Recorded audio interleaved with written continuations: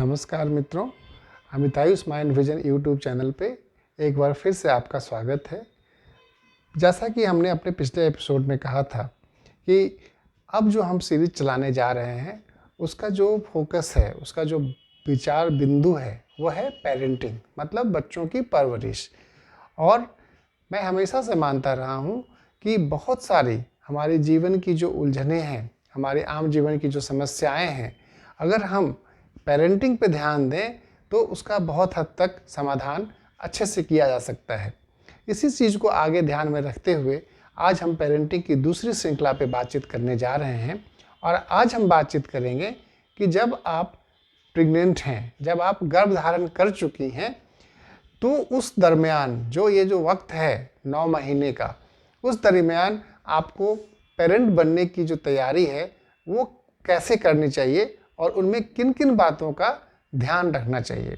और जैसा कि हम पहले से कह चुके हैं, हमारा मुख्य जो विषय है जो इस चर्चा का, वह है मानसिक पहलुओं पे ही हम अपने चर्चा को केंद्रित रखेंगे, न कि हम उन शारीरिक बदलावों और उन चीज़ों पे ध्यान रखेंगे, क्योंकि उसकी जानकारी आपको सभी जगह अमूमन बहुत आसानी से उपलब्ध हो जाती है। तो जो कुछ बात हम आपसे शेयर करना चाहते हैं, सबसे इम्पॉर्टेंट ये है कि जो ये 9 महीने का वक्त है, अब जो वैज्ञानिक शोध बताते हैं कि जो बच्चे आपके पेट में, जो बच्ची जो भी पल रही है, उसका आपसे जुड़ाव इसी गर्भधारण जो स्थिति है उसी में हो जाता है। क्योंकि जो शोध हुए, जब बच्चे पैदा हो गए और उन्हें अपने माँ की आवाज़, जिन बच्चों के जो उनकी माँ है उनकी आवाज़ सुनाई गई और बच्चों की आवाज़ सुनाई गई और उनके ब्रेन की जो रिकॉर्डिंग की गई, तो ऐसा लगा कि बच्चे अपनी माँ की आवाज़ से पहले से ही वो रूबरू हो चुके हैं।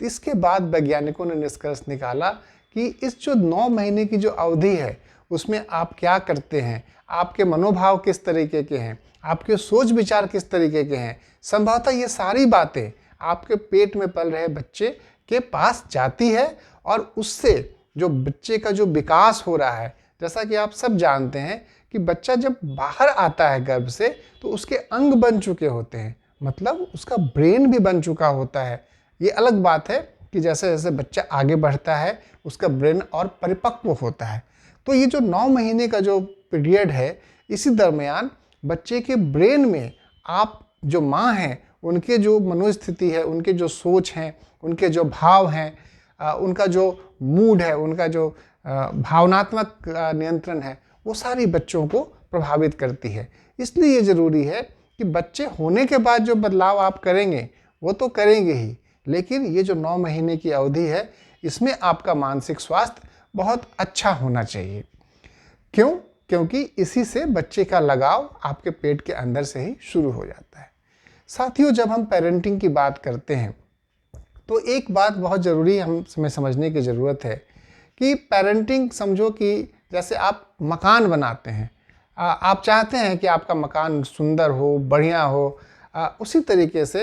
आप, जब ये पेरेंटिंग की बात होती है तो आप पेरेंटिंग भी एक तरह से मकान बनाने जैसा है। आप, एक बच्चा आता है और आप उसको एक धीरे धीरे करके उसके जैसे मकान के तल्ले आप खड़े करते हैं, बच्चे भी आगे चल के उसी तरह से होता है। और मकान बनाने की जहाँ तक बात है तो हम सब चाहते हैं कि मकान मजबूत हो, मकान टिकाऊ हो, मकान सुंदर हो। मतलब आप मकान में चाहते हैं कि मकान बिल्कुल ही हर तरह से परिपक्व हो। और आप सब इस बात को भी स्वीकार करेंगे कि हम सब चाहते हैं कि हमारे बच्चे भी सुंदर हों, हमारे बच्चे लचीले हों, हमारे बच्चे टिकाऊ हों। तो मकान में जब आप इस तरह की बात सोचते हैं तो आप देखते हैं इन सब के लिए जो सबसे ज़रूरी चीज़ है वह है फाउंडेशन। मकान की जो पिलर होती है वो कितनी मजबूत आपने नींव रखी है, उसी से आप फिर उतनी ऊंची मकान बना सकते हैं। जितना कमज़ोर आपका फाउंडेशन होता है, मकान उतना ही कमज़ोर होता है। क्यों? क्योंकि फाउंडेशन एक तरफ तो उसको मजबूती प्रदान करती है, साथ ही साथ फाउंडेशन जो है, जो मकान की बुनियाद है, उसको लचीलापन भी देता है, ताकि अगर भूकंप वगैरह आए तो मकान उसको झटके को झेल ले। अगर मकान बहुत मजबूत हो, कड़ा हो, तो शायद वो टूट जाएगा, लेकिन मकान अगर लचीला हो तो उन झटकों को झेल लेगा। उसी तरीके से जब आप बच्चे के माता पिता बनने जा रहे हैं तो आपकी भी कोशिश यही होनी चाहिए कि बच्चे की जो फाउंडेशन हो, बच्चे की जो बुनियाद हो, वो काफ़ी मजबूत होनी चाहिए और साथ साथ लचीला भी होना चाहिए। क्योंकि अगर हम बहुत रिजिड, बहुत ही कड़ी संरचना तैयार करेंगे तो संभव है कि जब बाहर के झटके लगेंगे, भूकंप रूपी झटके जो लगेंगे, उससे बच्चों में टूटना फूटना, ये अलग अलग तरह की मनोवृत्तियां आने की संभावना रहती है। इसलिए ये जरूरी है कि ये जो 9 महीने का पीरियड है, ये समझिए कि आपने अपनी ज़मीन बना ली है, अब आपको भूमि पूजन करना है, और ताकि आप आगे जो फाउंडेशन होगा उसकी तैयारी आप कर सकें। इसलिए ये बहुत ज़रूरी है कि आप इसकी पूरी तैयारी अपने गर्भधारण की अवधि से ही शुरू करें, और जब तक ये 9 महीने का पीरियड रहता है तब तक आप अपने मनोभावों को, अपने आसपास के वातावरण को इस तरह से रखें ताकि उसका अच्छा असर आपके पेट में पल रहे बच्चे पे पड़े। साथियों, जब हम वातावरण की बात करते हैं तो ये बात बहुत समझने की ज़रूरत है कि जो आउटकम होता है, वैज्ञानिक शोध हमें ये बताते हैं कि जीन और वातावरण, जैसा कि मैं अपने पहले के भी एपिसोड्स में कह चुका हूँ, जीन बहुत ही महत्वपूर्ण चीज़ होती है। जीन जिस तरीके का होता है वहाँ वो उसी तरह से वातावरण खोज लेता है। अब यहाँ पे लेकिन बात क्या है कि दो अलग अलग परिवेश के लोग, माता पिता, जिनकी दोनों की अलग अलग संभवतः पृष्ठभूमि होती है, वो आते हैं और एक नए बच्चे का या बच्ची का सृजन होता है। मतलब दो अलग अलग जीन पूल अपने अलग अलग गुणों के साथ आए और एक नई संरचना, एक नए बच्चे के रूप में वो अब पैदा होता है। तो ये देखा जाता है कि जीन जितना डोमिनेंट होगा, और वो वातावरण में हमें अगर जीन अच्छे वाले डोमिनेंट हुए तब तो अच्छी बात है, वो अच्छा वातावरण खुद ब खुद ढूंढ लेगा। लेकिन समस्या वहाँ आती है जहाँ जीन उतनी डोमिनेंट, अच्छी वाली जीन डोमिनेंट नहीं होती, और वो वैसे जीन होते हैं जो शायद बच्चों के लिए बहुत अच्छा नहीं हो। जैसे उदाहरण के तौर पे अगर माता पिता में पहले से किसी तरह की मानसिक बीमारी रही हो तो हम जान रहे हैं कि जीन है। उसी तरह से अगर माता पिता में किसी को नशे की लत रही हो तो हम ये भी देख पा रहे हैं कि जीन है, वो ऑलरेडी वो नए शिशु में जाने की पूरी संभावना है। उसी तरह से अगर माता पिता, कई बार ऐसा होता है कि अपने जो बाहर के फैक्टर्स होते हैं जीन के अलावा, वो भी बहुत महत्वपूर्ण भूमिका निभाते हैं जब आप प्रेगनेंसी को धारण करते हैं। कई बार क्या होता है कि हर एक महिलाओं के, ज़्यादातर महिलाओं को हम लोग देखते हैं कि वो भगवान ने ऐसा बनाया है कि वो प्रेगनेंसी के लिए वो अट्यून्ड है। मतलब उनकी जो शारीरिक जो संरचना है, उनकी मानसिक संरचना है, कठिनाइयों के बावजूद भी, प्रेगनेंसी के बदलाव के बावजूद भी वो हंसते खेलते इन चीज़ों को सह के बर्दाश्त करके 9 महीने निकाल लेती हैं। लेकिन हमारी बहुत सारी माताएं बहनें ऐसी हैं जिनके अपने अनुभव प्रेगनेंसी को लेके कई बार काफ़ी नकारात्मक होते हैं, और जिससे उनकी जो पुराने अनुभव होते हैं, जैसे उदाहरण के तौर पे अगर उन्होंने ऐसा देखा हो कि किसी को फर्स्ट प्रेगनेंसी के दरमियान कोई हादसा हो गया हो, तो उनको अपने अनुभव इस अवधि में फिर से अपनी प्रेगनेंसी में प्रकट होने की संभावना रहती है। या अगर उनका प्रेगनेंसी के बारे में अनुभव खराब रहा हो, अपना अनुभव जैसे उन्होंने घर में देखा हो कि पहला बच्चा हुआ और उसके साथ काफ़ी जो स्थिति रही बच्चे की अच्छी नहीं रहे, तो बच्चा जो है वो तो अपने माँ से सीख के आया है। तो जैसे अब आप जब माँ बाप बनने जा रहे हैं तो आप अपने उस अनुभव को लेके यहाँ तक आए हैं, और वैज्ञानिक शोध हमें ये बताते हैं कि ये जो ट्रांसफ़र होता है, ये जो गुणों का ट्रांसफ़र जो होता है, एक पीढ़ी से दूसरी पीढ़ी में होने की बहुत संभावना रहती है अगर हम उस पर ध्यान न दें। कहने का मतलब कि अगर आपने ये महसूस किया कि आपके साथ बचपन में काफ़ी ज़्यादा मानसिक प्रताड़ना या शारीरिक प्रताड़ना हुई है, और जब आप खुद माता पिता बनते हैं तो कई बार वही चीज़ आपके न चाहते हुए भी आपकी अचेतन मन इस तरह से वातावरण तैयार करेगी कि उसी सीन को आप दोहराएंगे। बहुत कम ही ऐसा देखने में मिलता है जहाँ पे माता पिता अपने पे हुए जो उनका अपना अनुभव रहा है बचपन का, वो दोहराने से बचने की कोशिश करते हैं, क्योंकि ज़्यादातर लोगों को इन चीज़ों की जानकारी भी नहीं होती कि हमारा जो गुण है खुद ब खुद जाने अनजाने हम अपने बच्चे में ट्रांसफ़र कर रहे हैं। ये गुण अच्छे भी हो सकते हैं, ये गुण बुरे भी हो सकते हैं। हमारी चिंता बुरे गुणों के ट्रांसफ़र ना होने की है। हमारी चिंता है कि आप अगर इस तरह की स्थितियों से गुजरे हैं जहाँ पे आपका प्रेगनेंसी को लेके अनुभव अच्छा नहीं रहा है, या फिर आप प्रेगनेंसी के लिए तैयार नहीं थे, आप प्रेग्नेंट हो गए, या फिर आप खुद कई तरह की मानसिक परेशानियों से गुजर चुके हैं या इस दरमियान गुजर रहे हैं, तो इस बात की बहुत संभावना है कि अगर आप ध्यान न दें तो जाने अनजाने में आपकी जो स्थिति है, आपकी जो मन स्थिति है, वो आपके पेट में पल रहे बच्चों तक ट्रांसफ़र होने लगेगी। और जब बच्चा बाहर आएगा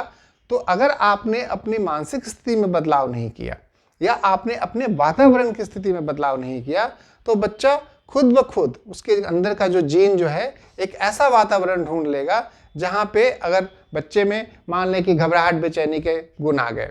आप में घबराहट बेचैनी के गुण हैं, वो बच्चे में आ गए, तो जब बच्चा बाहर आएगा तो उसके जो हाव भाव होंगे, उसके जो सोने जागने का क्रम जो होगा, उसके चिड़चिड़ेपन का जो क्रम होगा, उसके लोगों से मिक्स होने का जो क्रम होगा, उसी समय से उसमें बदलाव दिखने लगता है। और आप देखेंगे कि जो बच्चा ज़्यादा चिड़चिड़ा है उसे लोग लाइक नहीं करते, उसे लोग पसंद नहीं करते। इवन कि माँ बाप भी चाहते हैं कि बच्चा रात में सोए और दिन में जागे ताकि हम अपना काम कर लें।